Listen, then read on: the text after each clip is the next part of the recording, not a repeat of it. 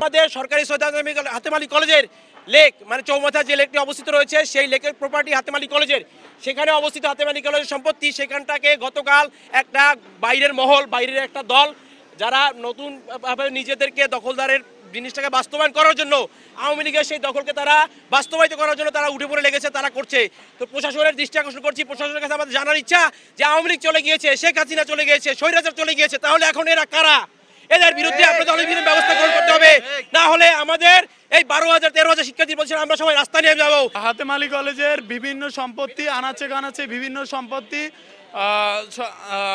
বিগত মেয়র সাদেক আবদুল্লাহ এবং সাঈদ আহমেদ মান্নার নেতৃত্বে দখল হয়েছে। তো সেই দখলদার সম্পত্তি বিগত 16 স্বৈরাচার হাসিনার দোসররা এখনও বিভিন্ন মাধ্যমে অদৃশ্য শক্তির বলে দখল করে রেখেছে। আমরা এর তীব্র নিন্দা ও প্রতিবাদ জানাই। আমাদের আলটিমেটাম 24 ঘন্টার আলটিমেটাম, 24 ঘন্টার ভিতরে আমাদের সম্পত্তি, আমাদের কলেজের সম্পত্তি আমাদেরকে বুঝিয়ে দিতে হবে। জি, আমরা এখানে আজকে অবগত সবাই জড়ো হয়েছি এজন্যই যে সরকারি সৈয়দ হাতেম আলী কলেজের দীর্ঘদিন দক্ষিণবঙ্গের ঐতিহ্যবাহী কলেজ, এই কলেজে প্রায় 12,000 শিক্ষার্থী আছে।